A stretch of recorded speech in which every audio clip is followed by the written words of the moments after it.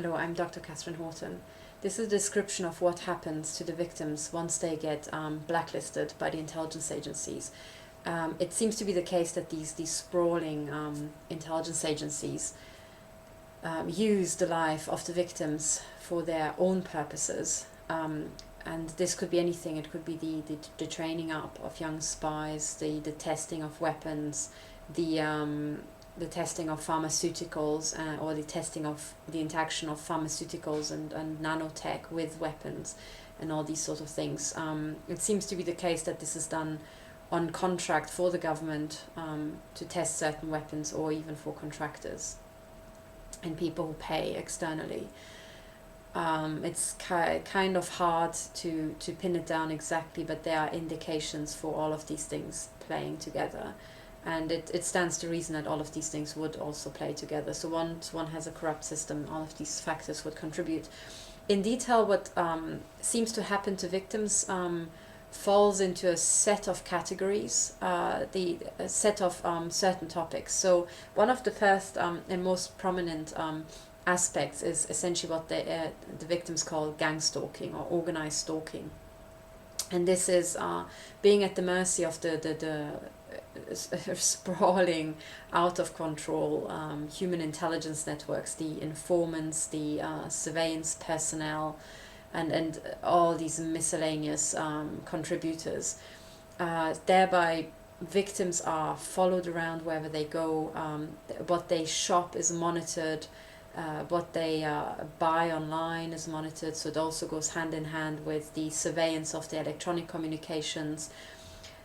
Email surveillance, phone surveillance, all of these things. So a total surveillance of not just everything they say inside their home, as well as outside their home, over digital communication methods, over phone, also by post. So post is opened.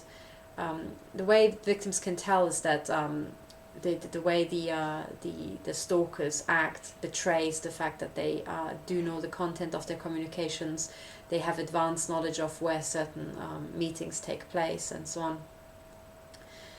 Then also this sort of organized stalking is done very overtly, very demonstratively, also with the with the purpose of disconcerting the victims as well.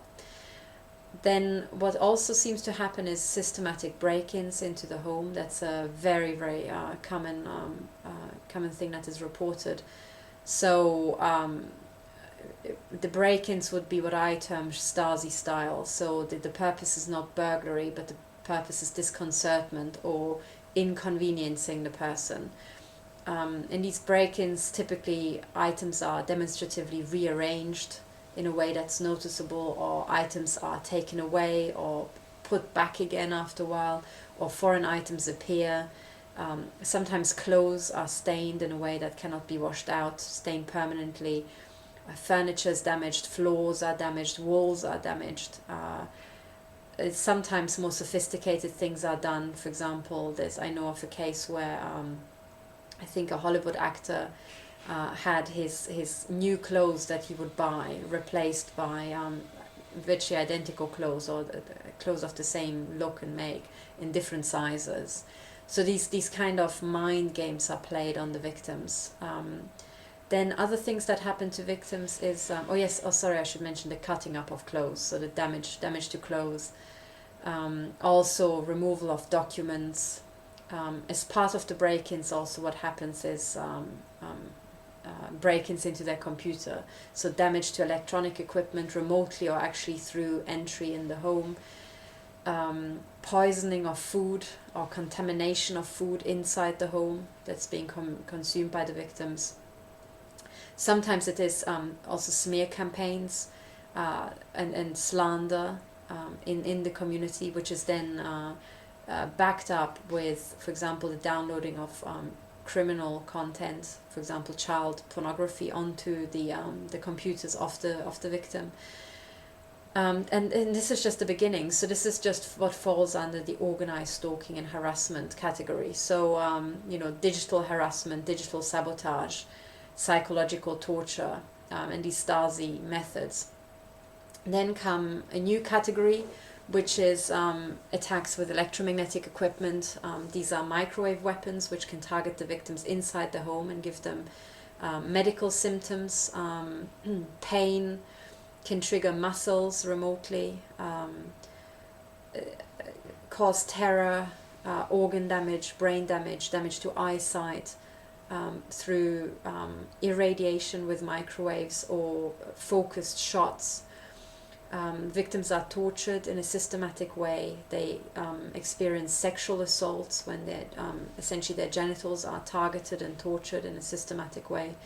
They also are played with, so the actual harassment follows a play pattern or a punishment pattern. So when they try to protect themselves, they get punished even harder, they get microwaved even harder. Then there's, on top of the microwave weapons, there's an extra layer, which is the, it falls in the same category, it's called voice to skull.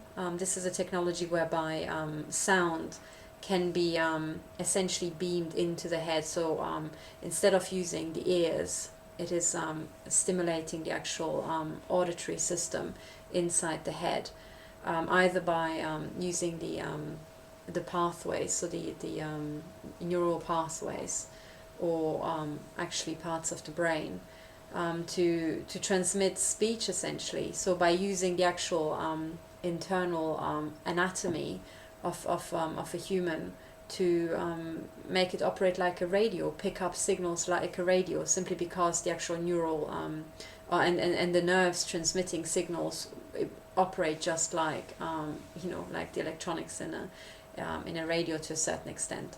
Now the victims experiencing voice to skull experience harassment, intimidation, death threats, humiliation, sexual abuse, sexual denigration, racism, everything you can imagine.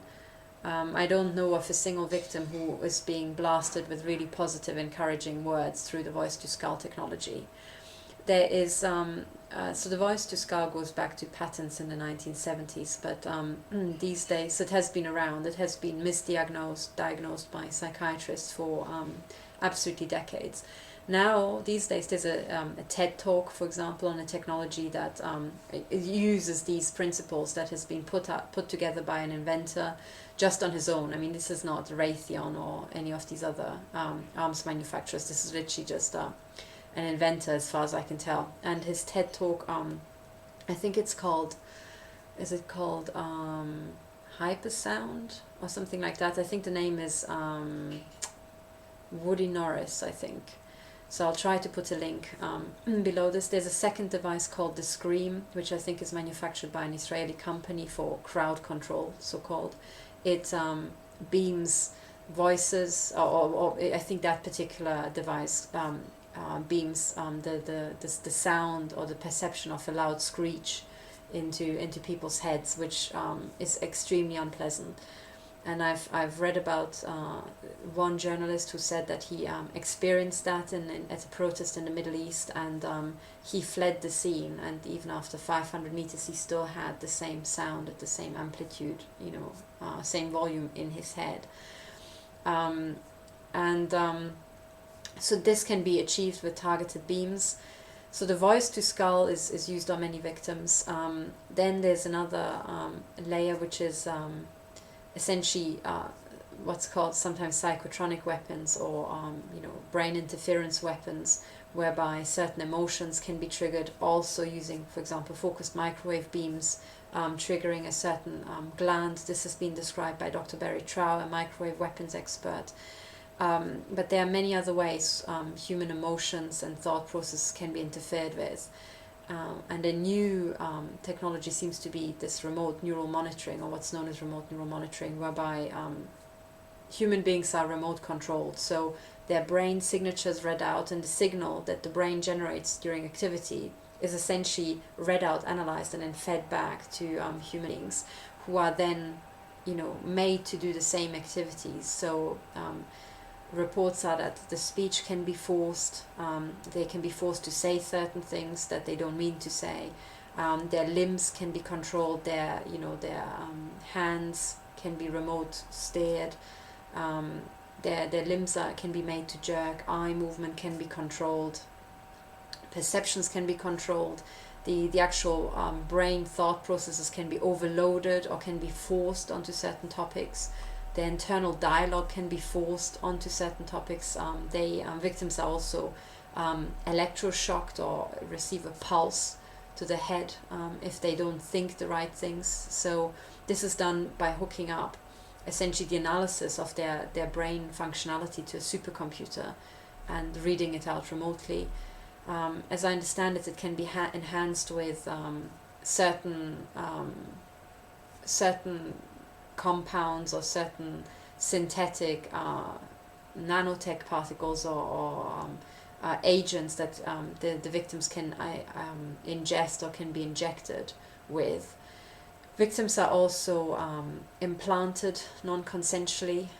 These implants can do many things, cause pain, read out their bodily functionality, read out their speech, read out their subvocal speech. So this is when humans are thinking and don't vocalize, they just kind of subvocalize. They have the internal speech running. And essentially the situation seems to be that what victims become is a plaything, and it's to the first order outlaws without any human rights whatsoever. And they become a plaything and an avatar for testing purposes of the intelligence agencies. So they will have anything you can imagine done to them, not just property damage and Stasi-style stalking or COINTEL-style stalking, but also mind interference, very much akin to the death camp experiments from the Nazi times, the MK Ultra trauma-based mind control experiments, horrific injuries due to systematically being shot into with these microwave weapons inside their four walls. Their body is taken over, their health is systematically shot to pieces or disintegrated with nanotechnology. They are infected with diseases, their medical care is subverted, their social support network is specifically broken up by the intelligence agency so that these people cannot seek help. Their income opportunities are devastated, their companies are bankrupted, they lose their job, they are made to lose their job, they are forced to act out using these technologies to actually portray them systematically as mad, and many other horrific things are happening to them in a systematic fashion. And a lot of the time the victims are not believed because people think, oh, so many things could never happen to one person at the same time, and that's precisely the point. It is to discredit them, and the key is to realize this is not by chance. This is a targeted takedown operation by a criminal group, so a criminal ganging up on a person. And as I said, this is done now to a staggering number of people. So we're talking in the many thousands per country, but people report that it could be as much as in the millions worldwide. What these people essentially become are outlaws for the testing of weapons and pharmaceuticals for the big conglomerates in the pharma industry, in the weapons industry, in the military intelligence complex.